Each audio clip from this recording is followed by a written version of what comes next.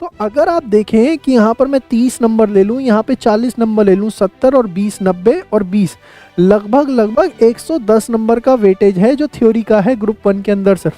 मतलब ये तो प्योर थ्योरी आने वाली है, प्योर थ्योरी। सर ग्रुप 2 के अंदर आ जाओ, अरे ग्रुप 2 के अंदर भी मोटा मोटा आप देखोगे सेम हाल है। मतलब अगर आप देखो 95, 80, 175, 225 नंबर, चलो मैं और इसको राउंड ऑफ कर लेता हूँ, 200 नंबर ले लो। 200 नंबर की अप्रॉक्स जो है ग्रुप 2 के अंदर थ्योरी है। ग्रुप 1 में 25%, ग्रुप 2 में 50% थ्योरी।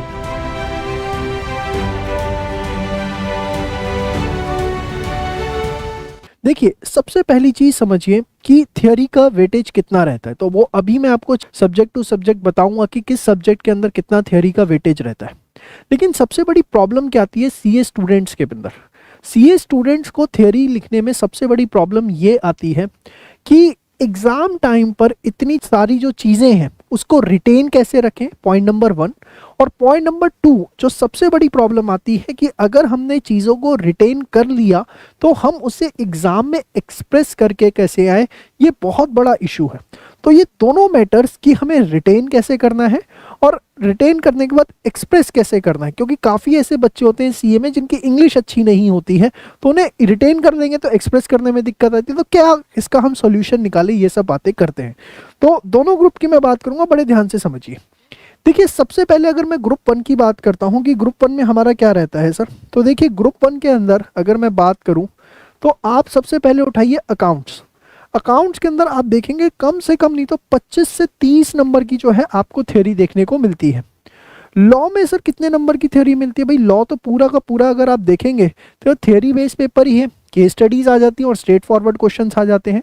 लेकिन अगर मैं बात करूं तो आपके पास 100 नंबर का पेपर होता है। 100 नंबर के अंदर मैं बात करूं तो सारी की सारी केस स्टडी नहीं आती।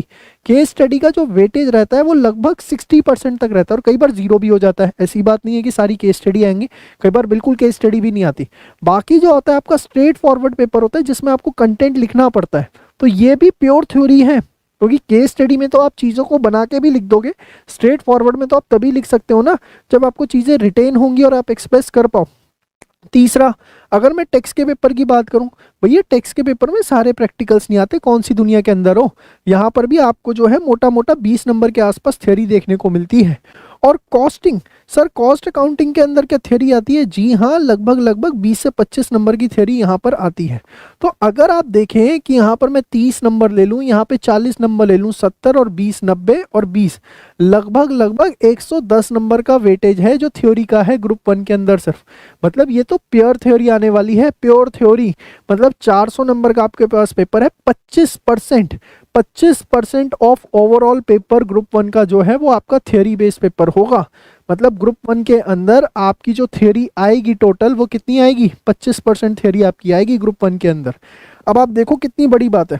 सर ग्रुप 2 के अंदर आ जाओ, अरे ग्रुप 2 के अंदर भी मोटा मोटा आप देखोगे सेम हाल है। ग्रुप 2 के अंदर आता हूँ एडवांस अकाउंट्स के अंदर। एडवांस अकाउंट्स के अंदर जो थ्योरी का वेटेज रहता है आप देखोगे 35 नंबर तक ये वेटेज चला जाता है। ऑडिटिंग के अंदर आ जाओ सर, ऑडिटिंग के अंदर देखिए आपको पता है कि ट्रू फॉल्स क्वेश्चंस आते हैं, एमसीक्यू बेस्ड क्वेश्चन आते हैं, केस स्टडी बेस्ड क्वेश्चन भी आते हैं।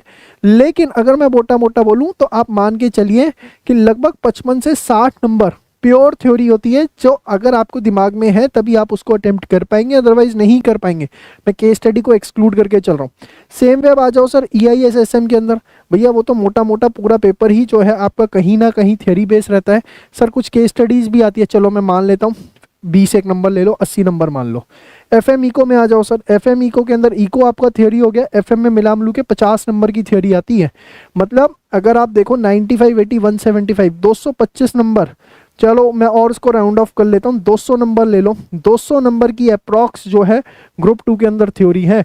मतलब अगर मैं देखूं यहाँ पर तो हमारे पास जो ग्रुप 2 के अंदर थ्योरी है वो ग्रुप 2 के अंदर लगभग 50% पेपर हमारा थ्योरी बेस आने वाला है। ग्रुप 1 में 25%, ग्रुप 2 में 50% थ्योरी।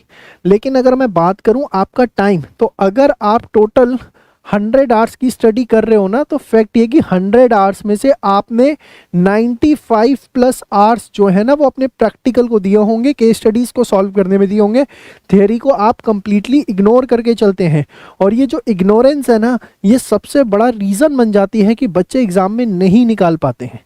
अब थियोरी के अंदर प्रॉब्लम क्या आती है सर, अगर हम बात करें थियोरी में क्या प्रॉब्लम आती है उसकी हम बात करेंगे। सबसे ज़्यादा अगर मैं बात करूं, दो प्रॉब्लम्स जो हैं यहाँ पर सबसे बच्चों को आती हैं। सबसे पहले रिटेन, भाई रिटेन कैसे करें चीज़ों को।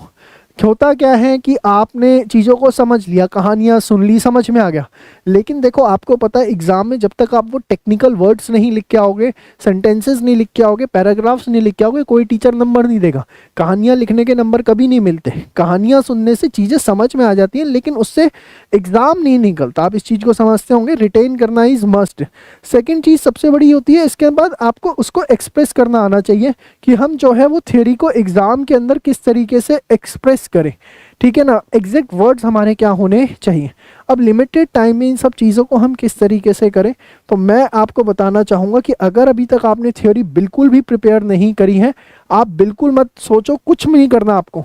जो हमारी परफेक्ट रिवीजन बुक है, उम्मीद करूँगा जितने बच्चे इस समय वीडियो देख रहे हैं उनके पास सब पे ये पहुँच चुकी हैं, और अगर अभी तक आपने नहीं लिए तो डिस्क्रिप्शन में लिंक है, कमेंट में लिंक है, वहाँ से ले सकते हैं। ये परफेक्ट रिवीजन बुक जो कि ग्रुप 1 और ग्रुप 2 की है, इसमें जो आपका थ्योरी पार्ट है सिर्फ और सिर्फ आप वो प्रिपेयर कर लो, मैं आपको गारंटी देता हूँ 100% थ्योरी आपकी प्रिपेयर हो जाएगी। सर इसको प्रिपेयर कितना करने में कितना टाइम लगेगा, आपको कुछ नहीं करना, सिर्फ आपको इस बुक को डेली रीड करना है। बच्चे जो है इस समय अगर सेल्फ स्टडी नहीं करेंगे तो उन्हें कोई पास नहीं करवा सकता। आप ये सोचें कि इस समय मैराथन देख लें, इस समय वीडियो लेक्चर्स देख लें, तो आपसे बड़ी बेवकूफ़ी कोई नहीं कर रहा, बुरा मत मानना। दिस इज़ द टाइम कि आप सेल्फ स्टडी करें, क्योंकि जितना आप सेल्फ स्टडी करेंगे उतना आप चीज़ों को रिटेन कर पाएंगे, और जो रिटेन करके आएंगे वही आप एग्जाम में एक्सप्रेस करके आएंगे।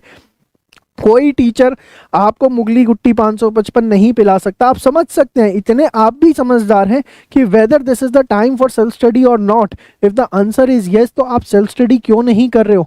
और सेल्फ स्टडी के अंदर इस समय सबसे बड़ा जो टूल है आपके पास वो है आपकी परफेक्ट रिवीजन बुक्स। ये लेटेस्ट एडिशंस हैं। इसके अंदर आपको कुछ नहीं करना, सिर्फ रीड करो। रोज ग्रुप 1 की बुक को पूरा रीड करोगे, 2 सब्जेक्ट्स करो एक दिन में, बेशक अगले दिन 2 सब्जेक्ट करो, 2 घंटे से ज्यादा का समय नहीं लगना, and you will see, you will feel the difference. ये बुक स्ट्रिक्टली एग्जामिनेशन ओरिएंटेड है। इसमें वही दिया गया है जो एग्जाम में लिख के आना है, कोई इसके अंदर बकवास नहीं है। सिर्फ वही चीज़ों को कवर किया गया है जिसकी बहुत हाई प्रोबेबिलिटी है एग्जाम में आने की। मैं हर उस बच्चे से जो इस समय वीडियो को देख रहा है, मैं कहूँगा कि इस बुक को बिल्कुल भी इग्नोर मत करो। थ्योरी जो कि मैंने अभी आपको बताया कि ग्रुप 1 के अंदर लगभग 25% वेटेज रखती है और ग्रुप 2 के अंदर लगभग 50% वेटेज रखती है, वो सारी की सारी जो है आप इस बुक से बहुत अच्छे से प्रिपेयर कर सकते हैं। और सिर्फ इस बुक से ये थ्योरी नहीं प्रिपेयर होती, कॉन्सेप्ट्स भी होते हैं। मैं तो अभी सिर्फ थ्योरी की बात कर रहा हूँ, इसमें थ्योरी भी है, कॉन्सेप्ट्स भी हैं। और सबसे बड़ा प्लस पॉइंट आपको इस बुक के साथ मिलता है, जब आप बुक ले रहे हैं तो आपको रिवीजन लेक्चर जो है इसके साथ फ्री मिल रहे हैं। तो अगर आपका कोई चैप्टर प्रिपेयर नहीं है तो आप हमारे रिवीजन लेक्चर्स में से भी देख सकते हैं। बुक के साथ लेक्चर फ्री है, फर्स्ट टाइम ऐसा है।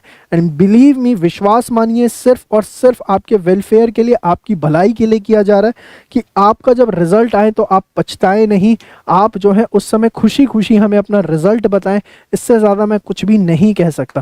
तो अगर अभी तक आपने बुक ली है, उससे पढ़ाई शुरू नहीं करी है, तो ढूंढ लो कहाँ है, उससे पढ़ना शुरू कर दो। आपका कोई फीडबैक है बुक को लेकर तो डेफिनेटली मेरे साथ शेयर करो।